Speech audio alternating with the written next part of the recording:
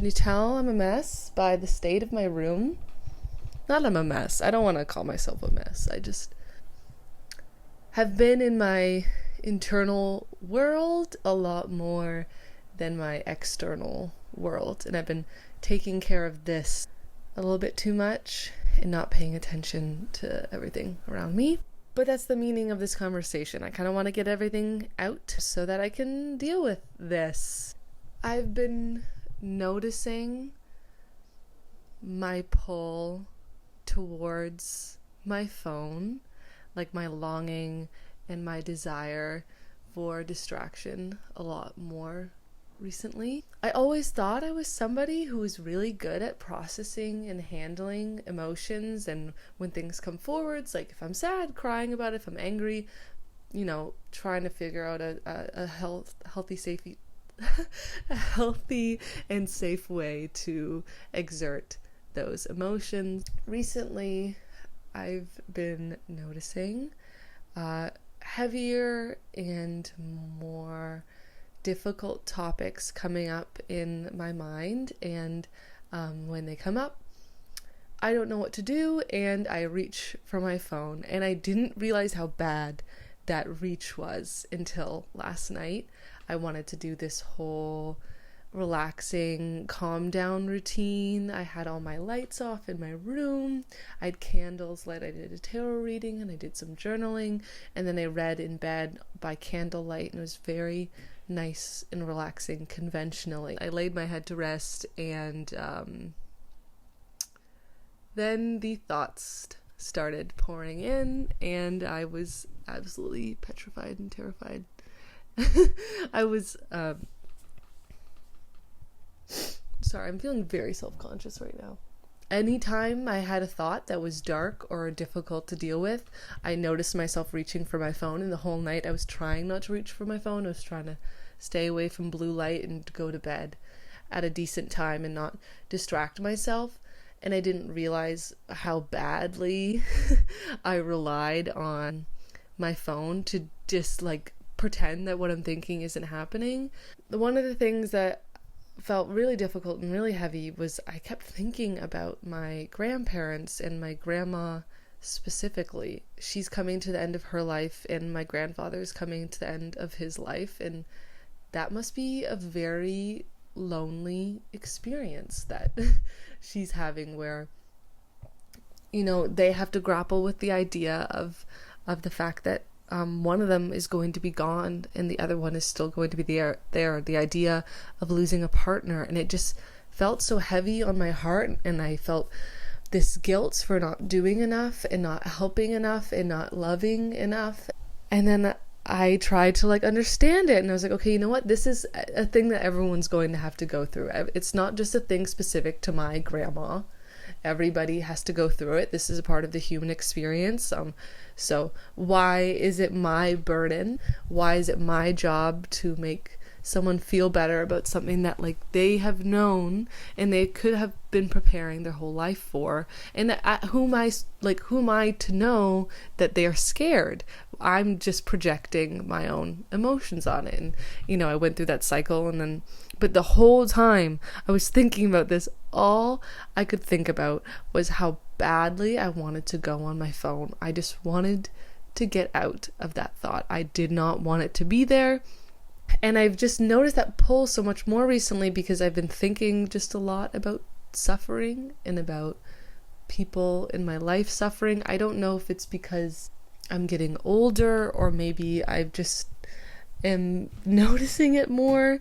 The fact that everyone in my life is going to suffer. The fact that there's constant things going on around me that I can't control.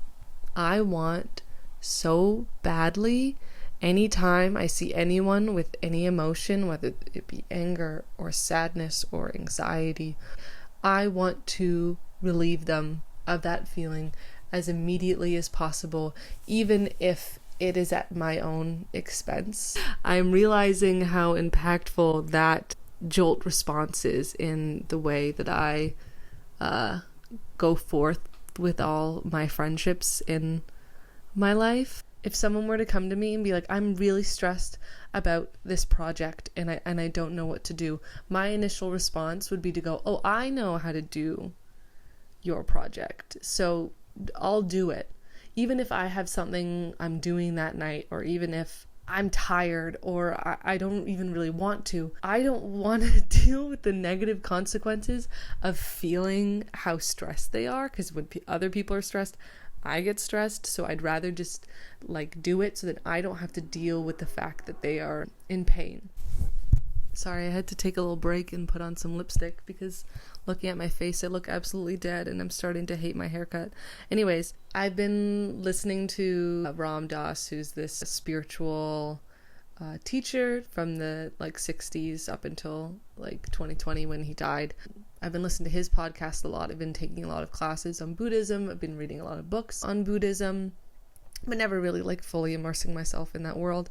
But you constantly hear within that world of spirituality and Buddhism and Eastern philosophy about suffering and about pain, just the fact that suffering is a part of life. And I think I'm finally understanding what that means and how the constant prevention of suffering doesn't do anything. The constant want to prevent people from suffering doesn't do anything. It really it only extends the amount of time that this person goes on without learning anything. I'm trying to wrap my head around the fact that when people around me are in pain, it is not my job to take the pain away. It is not my job to take on the pain. It is not my job to distract them from the pain. It is not my job to do anything other than be loving and compassionate. I think so much in our culture, we don't allow people to feel sad. We want so badly for them to be happy that we don't fully let them experience any of the pain that might be coming along with whatever they're going through. And despite the fact that I'm saying, oh, I'm learning this, I don't want to be actively learning this. I want to go back to my old patterns of every time I see someone in pain, I do something about it, and I pretend I take it on for them. And I want to go back to the old me, because that was a lot easier than being here now, where I'm aware that I am in a constant state of taking on other people's problems. Suffering is a part of life. People are going to be sad, and it is not my job to make them not sad. If I could,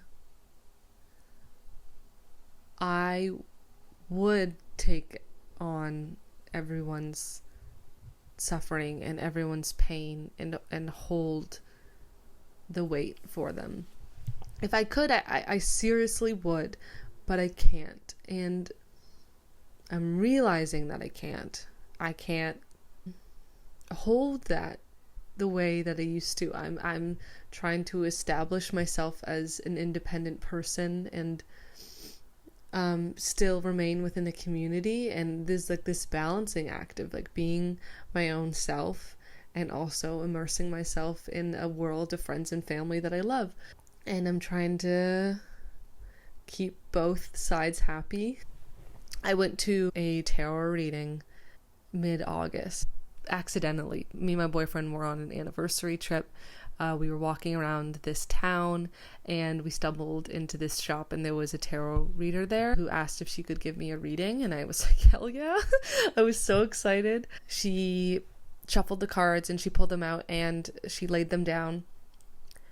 And it was all the same suit. It was all wands. It was a 2 of wands, I think a 6 of wands, and a queen of wands. And she was like, this is insane. And I've been doing tarot readings for 3 years now, and I've never gotten a reading like that. I've never given or received a reading like that. It was weird. But a lot of the conversation that we had was about this topic. And I feel like that conversation planted a seed in me that has radically shifted the way that I go about my life. She basically said, she's like, tell me your life story written on your forehead. Maybe that's why I have bangs to cover that that phrase up. She was like, you seem like a very sensitive person, and you seem very sensitive to other people's emotions and feelings. And the issue with that is you're going to attract a lot of narcissistic and egocentric people who genuinely know that when you're around, their story will be heard. And she said, you're going to have to set a lot of boundaries in your life right now if you want to become this like full formed version of yourself that you want to become. And you're going to get a lot of slack for it. And you're going to get a lot of, oh, where's the old you? And yep, it's been happening. I've been setting a lot more boundaries with people in my life. I've been trying to understand that if I say no to someone and they get sad about it, that it's not my job, that it's not my job to alleviate everyone's pain all the time. And sometimes people are going to have to sit in the discomfort of their emotions, and it's not my job to constantly be making people feel better. I'm definitely a recovering people pleaser, and I think I'm gonna be recovering from this personality and this attitude for the rest of my life. I think I just naturally want to help, and I'm trying to navigate healthy ways to help. I guess I'll leave with this. Setting boundaries sucks in the short term.